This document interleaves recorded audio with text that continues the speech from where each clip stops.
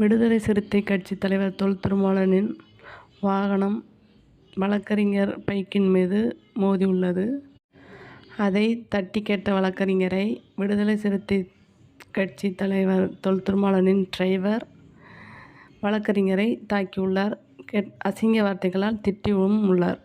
அதற்கு திரும்ப கேட்டதற்காக வழக்கறிஞரை போலீஸ், வி.சி.க. தலைவர்கள், தொண்டர்கள், டிரைவர் எல்லாரும் சேர்ந்து தாக்கியுள்ளனர். ஆளும் கட்சியின் அராஜகம் இன்னும் என்னென்ன செய்ய காத்திருக்குன்னு தெரியல. இதை மக்கள் கண்டும் காணாமல் போகிறாங்களா, இல்லை பார்த்துக்கிட்டு அமைதியாக இருக்காங்களா, இல்லை 2026 தேர்தல் வரட்டும்னு காத்திருக்கிறாங்களா என்னன்னு தெரியல.